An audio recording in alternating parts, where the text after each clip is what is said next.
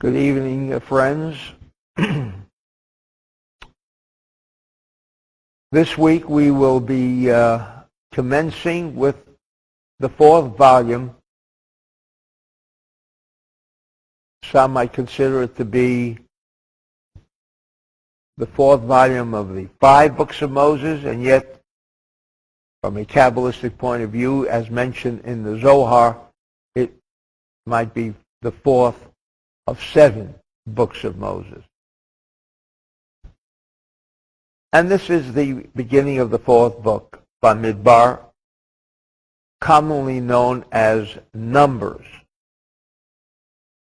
And just another indication of how somehow things were lost along the way, how a little misinterpretation, a little corruption could set in, but over a period of 3,400 years, that's quite understandable. But something so simple as Bamidbar, which is that singular word that refers to this entire fourth book of Moses, when the English reference is numbers, N-U-M-B-E-R-S, numbers, 1, 2, 3, 7, 42. When the actual Hebrew word is Bamidbar.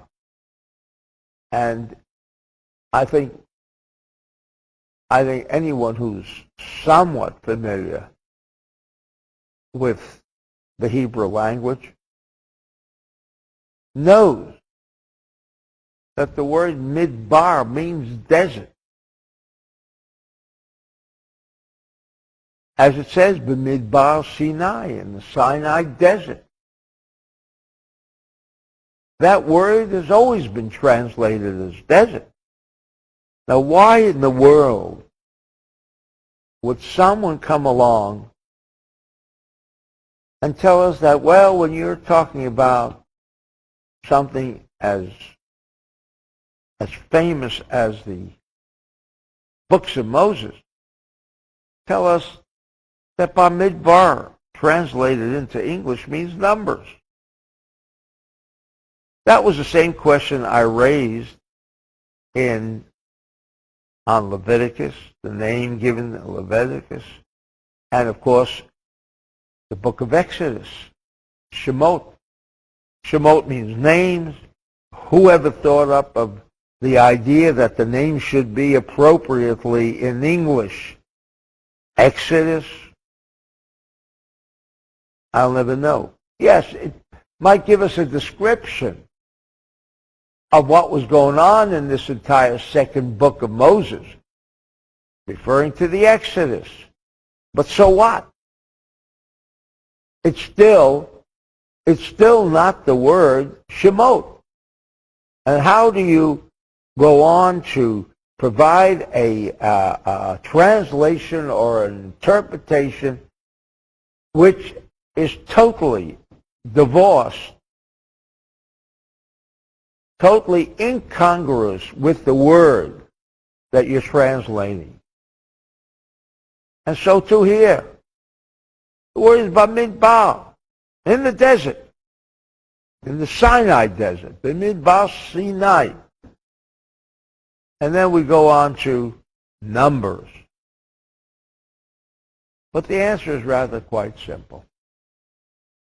If we just try to focus in on the name of a book, it can provide you with an infinite clarity of what this book is going to be about. Bamidbar means desert. And so the Zohar goes on to tell us, what does it mean, desert?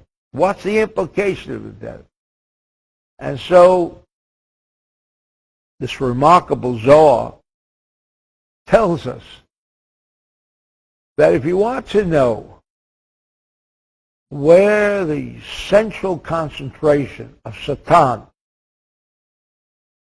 otherwise known as the entity of chaos, is located, where does he keep his forces on this physical level?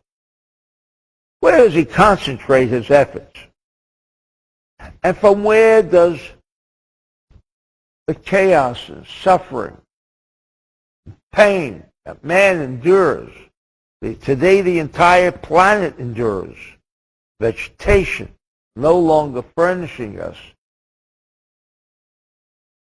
with the same kind of fruits and vegetables that only a short 100 years ago we enjoyed, and today is completely polluted.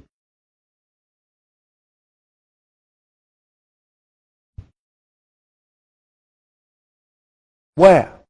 Where is he located? Where can I find him? Oh, but you're talking about a metaphysical entity known as Satan, known as chaos. These are forces which cannot spell out in physical terminology. Yes, the results of chaos we know, we see, we experience, we sense, we feel the pain and suffering of chaos.